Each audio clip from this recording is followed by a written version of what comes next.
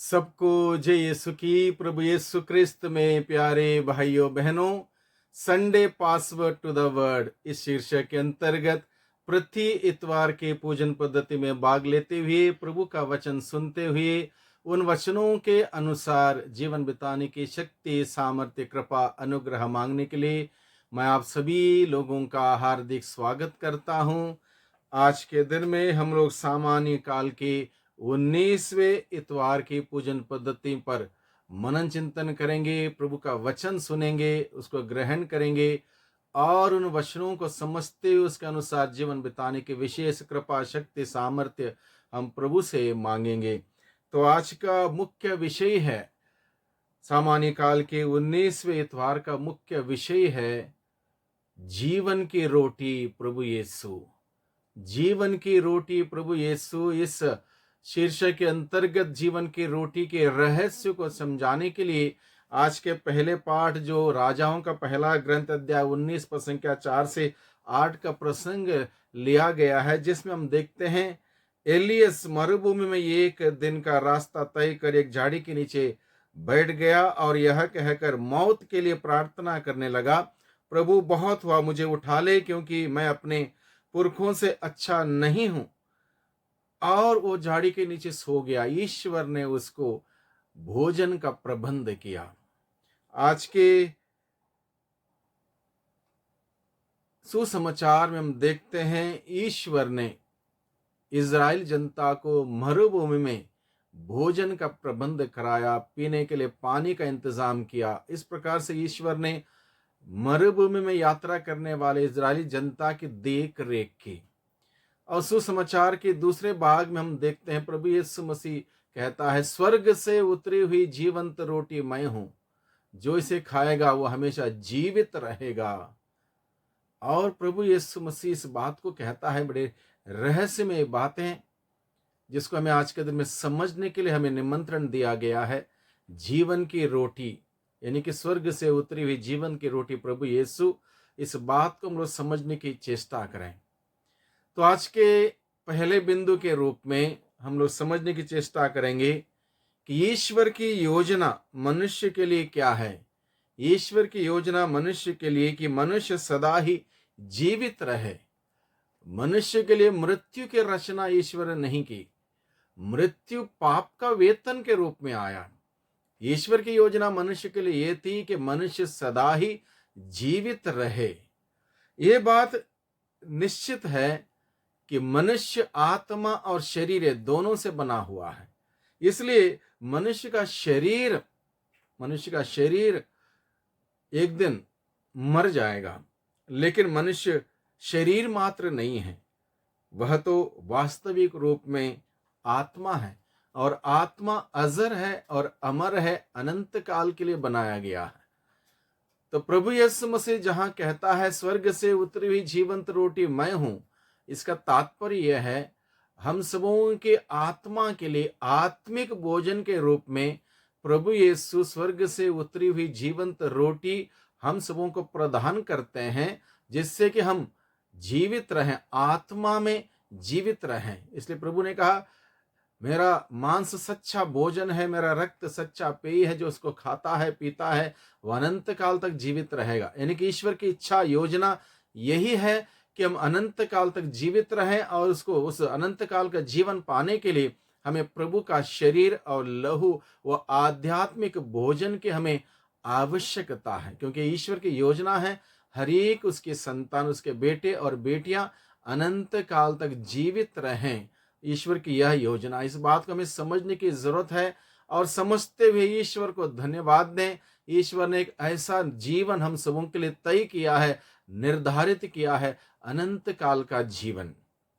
आज के दिन में मनन चिंतन करने के लिए दूसरा बिंदु है, आत्मा के लिए आत्मिक भोजन के रूप में प्रभु यीशु अपना शरीर हमें प्रदान करता है।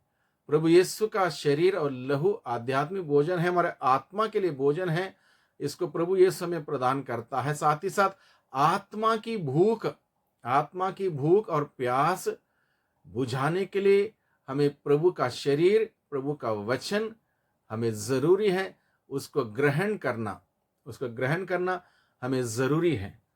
तीसरी बात है आज के दिन में मनन चिंतन करने के लिए, प्रभु यीशु ने कहा, स्वर्ग से उतरी हुई वह जीवंत रोटी मैं हूं, जो वह रोटी खाएगा वह सदा जीवित रहेगा।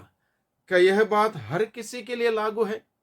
जो भी व्यक्ति प्रभु का शरीर को ग्रहण करेगा, प्रभु के लहू को ग्रहण करेगा, क्या उसे अनंत जीवन मिलेगा?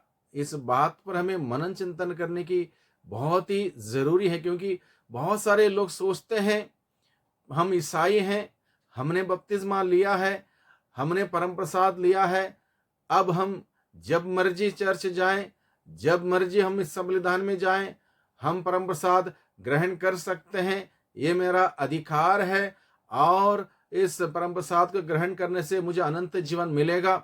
बहुत सारे लोग ऐसा समझ लेते हैं। कभी गलती के बाद पश्चाताप नहीं करते, पाप स्वीकार नहीं करते, अपने आप को तैयार नहीं करते, प्रभु के उस भोजन में भाग लेने के लिए कभी तैयारी नहीं करते। बताने पर लोगों को इसके धर्म शिक्षा देने पर लोग बोलते हैं सभी गलती करते हैं, इसमें कौन सी बड़ी बात है, तो हमने भी गलती कर दी, तो प्रभु दयालु है, प्रभु माफ करेगा? नहीं। इसलिए यहां पर इस बात को हमें समझने की जरूरत है। प्रभु यीशु ने जरूर कहा, स्वर्ग से उतरी हुई वह जीवंत रोटी मैं हूं, जो वह रोटी खाएगा वह सदा जीवित रहेगा। यहां पर शर्त यह है, जैसे कि संत पौलुस कुरिन्थियों के लिखे हुए पहले पत्र अध्याय 11 पद संख्या 25 से आगे के प्रसंग में बताता है, जब जब हम वह रोटी खाते हैं और लहू पीते हैं, हम योग्य रीति से उसको ग्रहण करें। योग्य रीति से ग्रहण करेंगे, हम उसकी सजा ग्रहण करेंगे, उसका दंड ग्रहण करेंगे। बिना जाने बिना पहचाने उसको ग्रहण ना करें, यानी कि गहरे विश्वास के साथ ग्रहण करें। अंतःकरण की जांच करने के बाद, अंतःकरण में बताएगा हम इसको ग्रहण कर सकते हैं, नहीं ग्रहण कर सकते। अगर किसी भी प्रकार का पाप हुआ है, पाप का दाग लगा हुआ है, हम प्रभु के पवित्र शरीर ग्रहण करेंगे तो प्रभु के पवित्र शरीर और लहू के खिलाफ अपराध करेंगे, और ऐसा अपराध करेंगे तो हमें उसका दंड मिलेगा। ये भी बात वहां पर लिखा है। इसलिए हमें इस बात के लिए तैयारी करनी पड़ेगी, और ये बात बहुत ही सरल है, स्पष्ट है। इस बात को समझने के लिए, शारीरिक भोजन जब हम ग्रहण करते हैं, हम लोग 10 दिन पहले का भोजन ग्रहण नहीं करते, ताजा भोजन ग्रहण करते। इसलिए ताजा भोजन ग्रहण करते ताकि उस भोजन ग्रहण करने से हमारे शरीर को बल मिले, हमें ताकत मिले, शरीर तंदुरुस्त रहे। मान लो 5 दिन पुराना भोजन हमने ग्रहण किया, शरीर बिगड़ जाएगा, तबीयत बिगड़ जाएगी, खराब हो जाएगी। जब फायदा मिलने वाला, उस फायदा मिलने के बजाय उसका नुकसान होगा। इसी प्रकार से आध्यात्मिक भोजन के लिए और ज्यादा तैयारी की आवश्यकता है, और ज्यादा पवित्र होने की आवश्यकता है। गलती हुई है तो पश्चाताप करने की आवश्यकता है, पाप स्वीकार करते हुए फिर एक बार शुद्धता प्राप्त करने की जरूरत है। तब जाके प्रभु का शरीर ग्रहण करेंगे, निश्चित रूप से प्रभु का जीवन मिलेगा। हम लोग बाइबल में पढ़ते हैं, जब प्रभु यीशु मसीह ने इस अंतिम भोजन के समय, यानी कि अपने शिष्यों के साथ अंतिम ब्याहलू में जब भोजन का अनुष्ठान किया, उस वक्त रोटी तोड़कर अपने शिष्यों को, अपने प्रेरितों को दिया और कहा, इसे लो और खाओ, यह मेरा शरीर है। और उसी प्रकार से उस दाख का रस लेकर आशीष की प्रार्थना पढ़ी, अपने प्रेरितों को देते हुए कहा, इसे लो और पियो, यह मेरा रक्त है, नूतन विधान का रक्त। यानी कि यहां पर प्रभु ने जब अपने शिष्यों को दिया, उसमें से एक व्यक्ति, प्रभु का प्रेरितों में से एक व्यक्ति तैयार नहीं था, उसका दिल, उनका मन प्रभु के साथ नहीं जुड़ा हुआ था, जिसका नतीजा क्या हुआ, अयोग्य रीति से ग्रहण किया, और उसके नतीजा यह हुआ कि शैतान उसके अंदर घुस गया, प्रभु नहीं घुसा उसके अंदर, प्रभु ने प्रवेश नहीं किया, बल्कि शैतान ने प्रवेश किया, शैतान ने उसको बर्बाद किया। इसलिए इस बात को हमें जानना समझना बहुत ही जरूरी है। स्वर्ग से उतरी हुई जीवंत रोटी प्रभु यीशु हम सबों को जो हर मिस्सा बलिदान में प्रदान करते हैं, अपना शरीर और लहू, तो हमें उसके लिए योग्य बनना, लायक बनना, उसके लिए तैयारी करना, शुद्धता हासिल करना बहुत ही जरूरी है, अन्यथा उसका परिणाम हमें भुगतना होगा। आगे मनन चिंतन करने के लिए विषय दिया, अगला बिंदु है, इस दुनिया की रोटी या फिर दुनिया के प्रति हमारी भूख प्यास हमें स्वर्ग नहीं पहुंचाती। इस दुनिया के प्रति, दुनिया की ओर, दुनिया से बहुत प्रकार की हमारी भूख है, प्यास है, पद के लिए, सम्मान के लिए, प्रतिष्ठा के लिए, पैसों के लिए, जमीन के लिए, जायदाद के लिए, शारीरिक वासनाओं के लिए, तमाम प्रकार की भूख और प्यास हमारे अंदर है। ये हमें स्वर्ग नहीं ले जाएगी। इस बात को हमें स्पष्ट तरीके से समझना है।